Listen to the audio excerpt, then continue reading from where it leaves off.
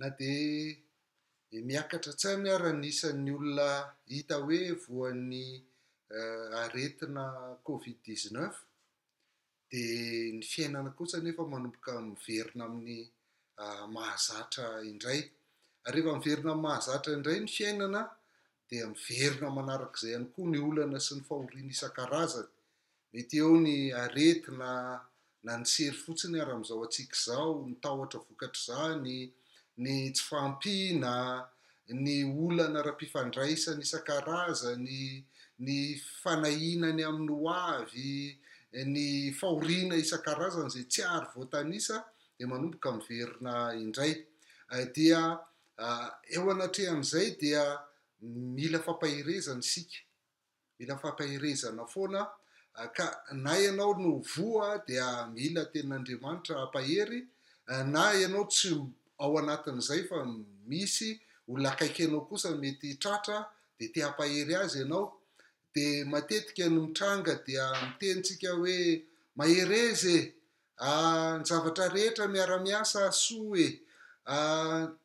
ny tompo manana hevitra heverana anao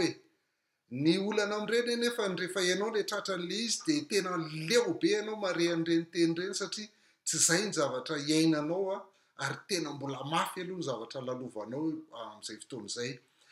Rehefa teo anatin'izay dia nahita fa ity tenin'Andriamanitra ity dia tena natao hampaherezana ny olona ao anaty fahoriana mihitsy dia ny petera voalohany, toko voalohany zany, petera voalohany iray manontolo mihitsy moa zany satria ny epistily voalohany nosoratan'ny petera dia nosoratany ho an'ny kristianina izay niely-patrana tany Ponto, Kapadokia, Galatia, Bitinia sy Azia sy ny faritra isan-karazany rehetra izay olona tena niara-ny fahoriana satria niara-ny fanenjehana isan-karazany dia niara-ny fahoriana ankoatran'izay fahoriana mahazo ny olombelona rehetra dia nanome an'ity teny ity petera hampaherezana azy. Ka ny jerentsika androany dia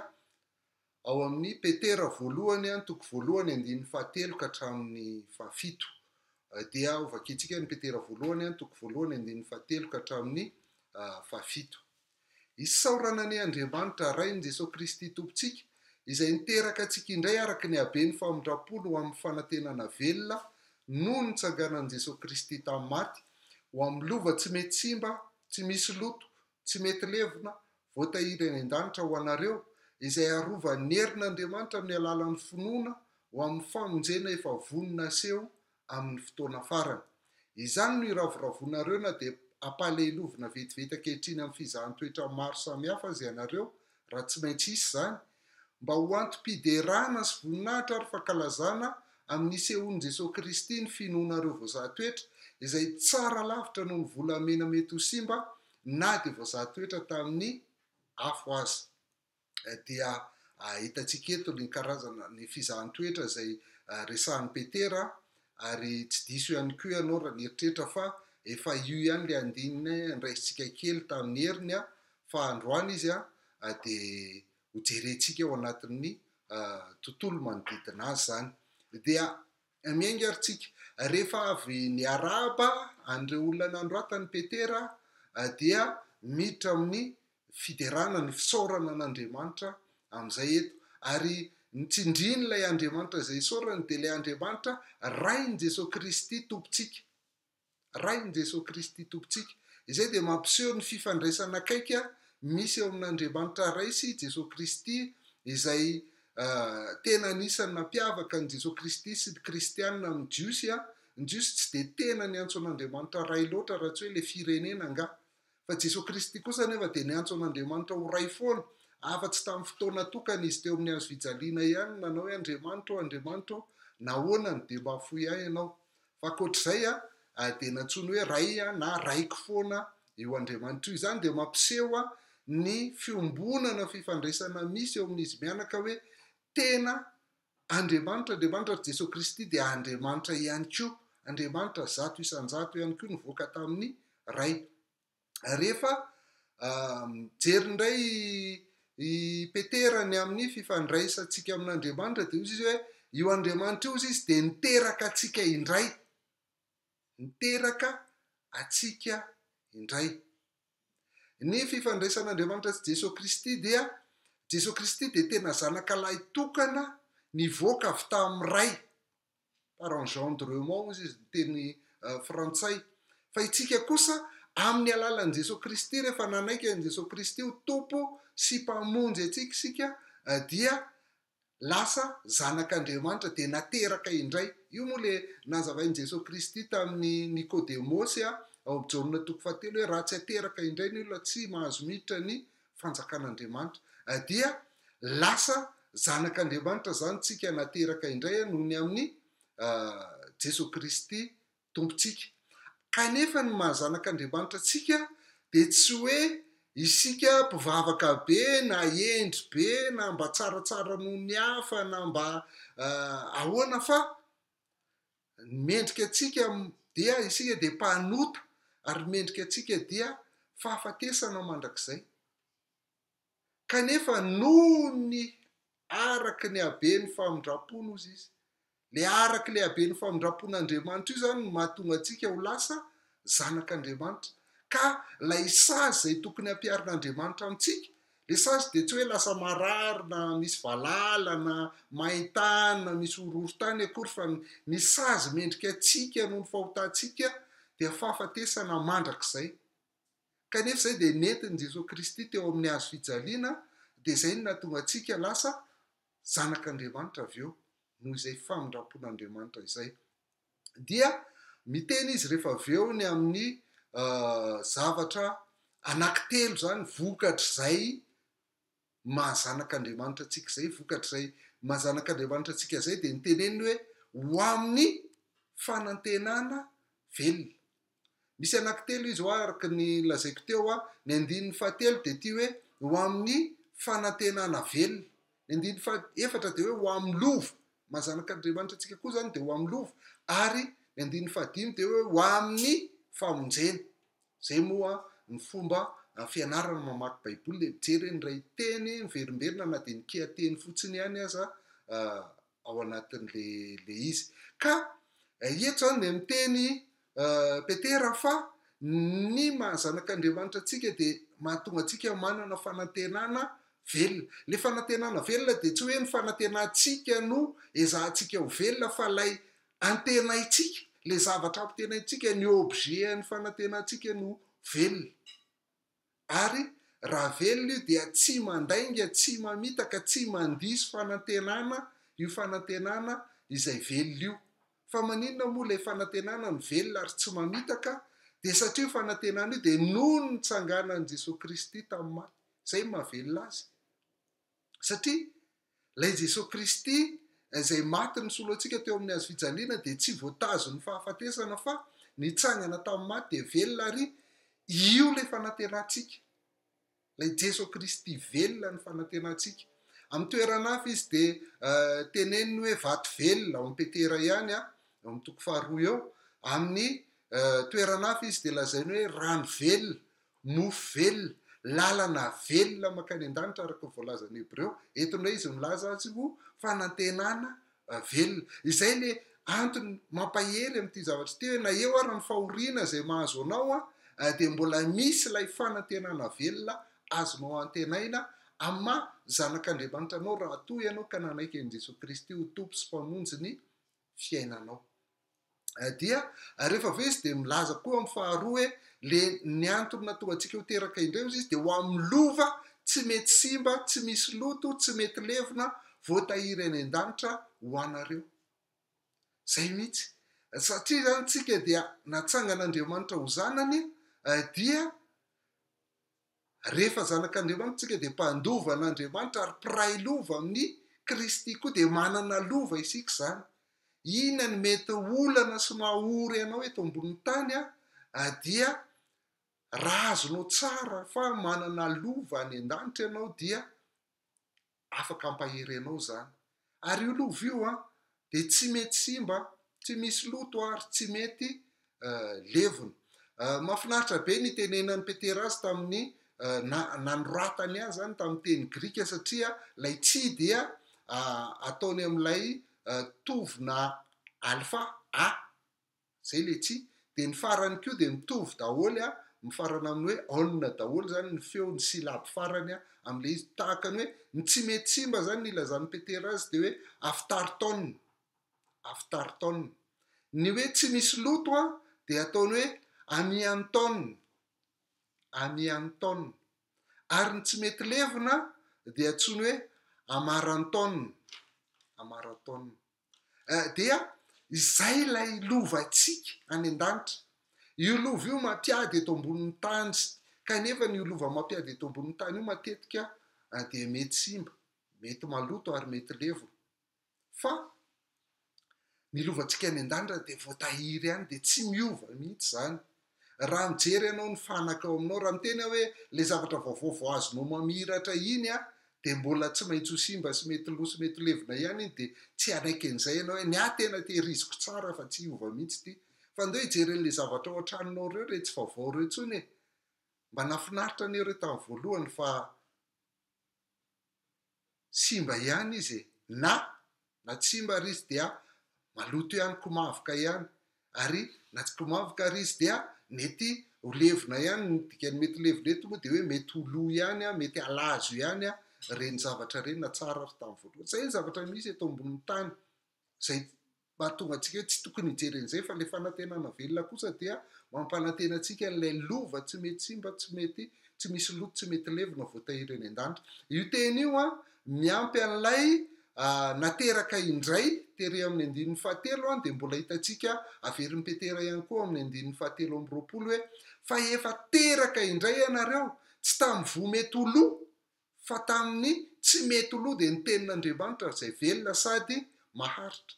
ny mahatonga antsika teraka indray mahatonga antsika ho zanak'Andriamanitra zany dia ilay tenin'Andriamanitra fa io tenin'Andriamanitra io ihany koa dia lazainy eto tahaka nyity lovantsika ity hoe tsy mety simba tsy misy loto ary tsy mety levona dia lazainy ity hoe tsy mety ho lo fa velona sady maharitra dia le fanantenana velona antsika ihany koa zany dia ilay tenin'Andriamanitra say velona sady maharitra dia raha mitoy ihany tsika rehefa avy eo dia lazainy hoe ozy izy hoe voatahiry any an-danitra ho anareo izay arovan'ny herin'Andriamanitra amin'ny alalan'ny finoana ho amin'ny famonjena izay vonina aseho amin'ny fotoana farany mahafinaritra be fa le lovantsika zany a dia sady voatahiry any an-danitra any tsy misy mpangalatra na mpamaky trano na gadradraka na kalalao na tahak'izany fa mandrakizay fa sady voatahiry any an-danitra io no mbola arovan'Andriamanitra ary tsy vitany hoe arovan'Andriamanitra fotsiny fa arovan'ny herin'Andriamanitra zavatra telo mihitsy zany a eto no ampiasainy voatahiry arovana ary arovan'ny herin'Andriamanitra le fiarovana eto ary a dia tahaka n'ilay hitantsika tany amin'ny Filipiana ihany koa dia le tahaka ny fiarovan'ny miaramila amin'ny garnison reny le miaro sy miandry reny fa izany a dia ny voalohany arovany a dia ny lovantsika voalohany indrindra fa faharoa isika mihitsy ihany koa no arovany io herin'Andriamanitra io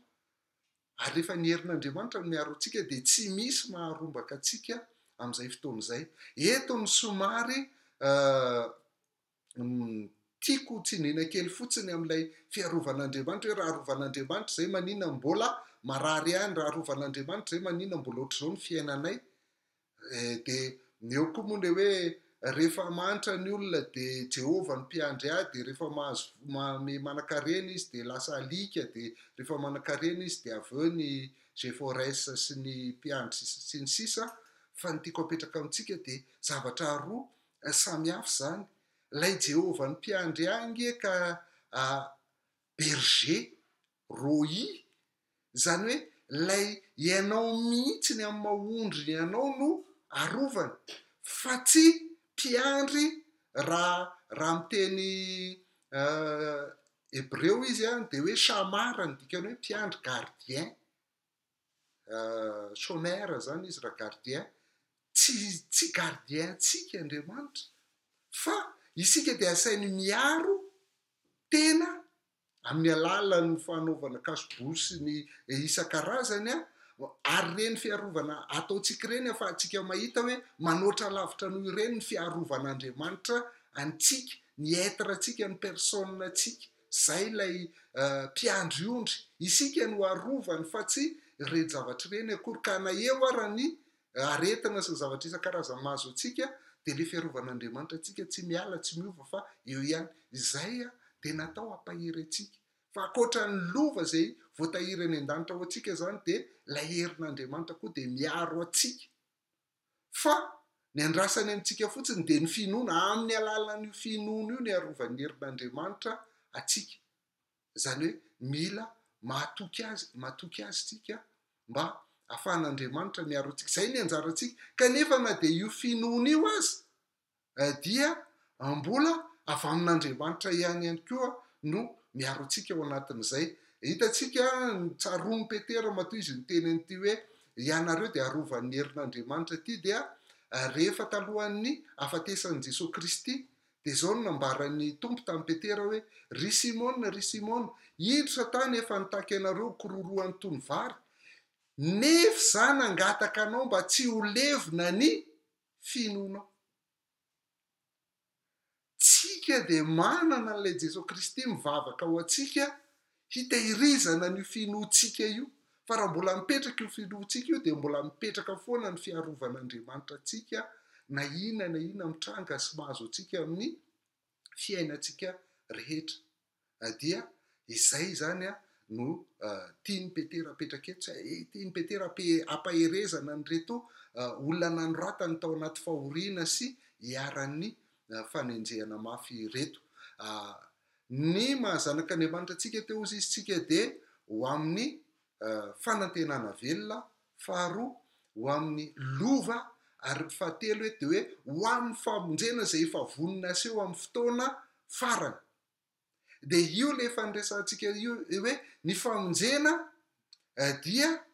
sady efa voavonjitsika no tsy mbola voavonjy deja et pas encore rehefa mino an' Jesosy Kristy ianao nanaiky an' Jesosy Kristy ho tompo sy mpamonjy fiainanao ianao dia tonga zanak'Andriamanitra nateraka indray manana fiainana vaovao lasa olom-baovao ao amin'ny Kristy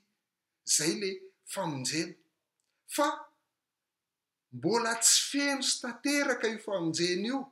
mbola hiara-ny fahoriana isan-karazany tsika eny mbola mety manoty tsika mety alaim-panahy tsika mety marary tsika ary mety maty isika na dia fa voavonjy azy fa mbola misy le famonjena rehefa hiveriny Jesosy Kristy amin'ny fotoana farany rehefa iseho izy dia amin'izay vao tena feno sy tanteraka ny famonjenantsika satria anova ny tenatsika ho tsy mety lotsony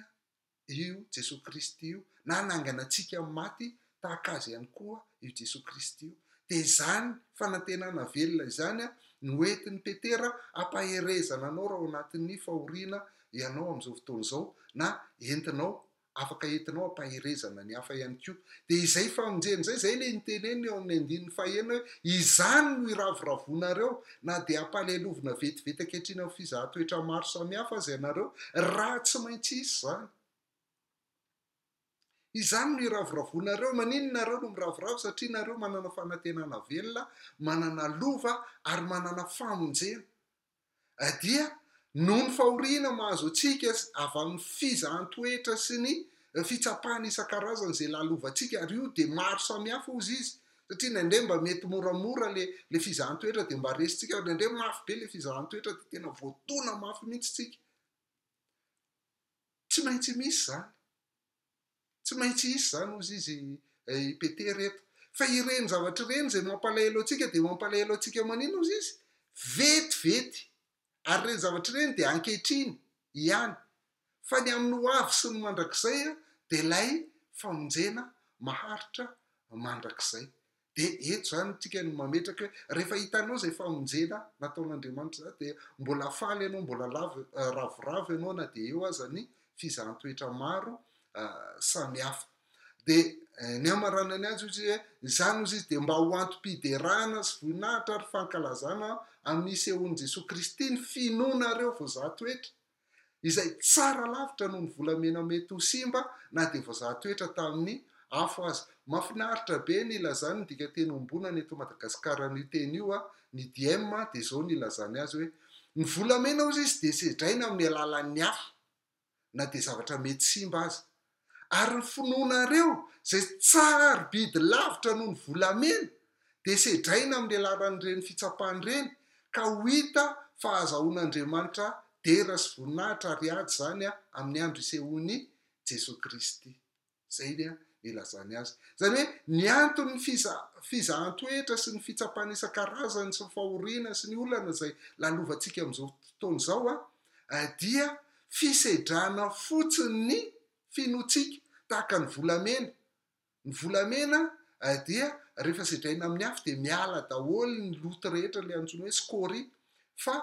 lasa volamena voadio no azonao rehefa avy eo. Dia tahaka izany koa ny finoantsika ozy izy. Fa ny volamena ara dia mety ho simba. Fa tsy mitovy amin'ilay voalaza ny 2:4 hoe tsy mety simba, tsy misy loto ary tsy mety ho lo. Fa ny finoantsika dia sarobidy lavitra noho ny volamena. Tsara lavitra noho ny volamena ny finoantsika. Dia tsapain'Andriamanitra amin'izay io finoantsika io. Ka eo zany no ahitana hoe manana finoana ny olona na tsy manana. Ianao rehefa nomen'Andriamanitra finoana voalohany ianao fa fahasoavana namonjena anareo tamin'ny alalan'ny finoana, tsy avy aminareo zany fa fanomezana avy amin'Andriamanitra. Rehefa manana ny finoana mahavonjy io ianao nomen'Andriamanitra dia na eo ary ny fitsapana isan-karazany dia tsy miala zany fa voamaika voasedra sy memadio io. Fa rehefa tsy manana finoana ianao satria ny olona rehetra afaka miteny hoe mino an Jesosy efa nandray an Jesosy na dia tsy nandray ary izy, fa nefa tsy manana an'izay finoana izay akory ianao dia rehefa tonga ny fitsapana mahamay tahaka ny afo dia levona ny finoanao io dia very ianao. Fa tsy misy olona izay efa zanak'Andriamanitra